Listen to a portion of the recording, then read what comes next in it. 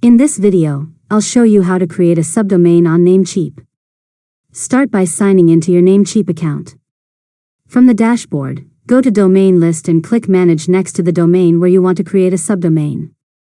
Next, open the Advanced DNS tab. After that, scroll down to the Host Records section and click Add New Record. Now select a record if you want the subdomain to point to an IP address, or choose Name Record if you want it to point to another hostname. Next, enter the name of your subdomain in the host field. For example, enter blog to create blog.yourdomain.com. Then enter the appropriate value or target, adjust the TTL if needed, and click the Save button. Finally, wait for the DNS changes to propagate. Once the update is complete, your new subdomain will be ready to use. And that's it. You've successfully learned how to create a subdomain on Namecheap. If you found this tutorial helpful, make sure to subscribe to LearnModelab for more tutorials.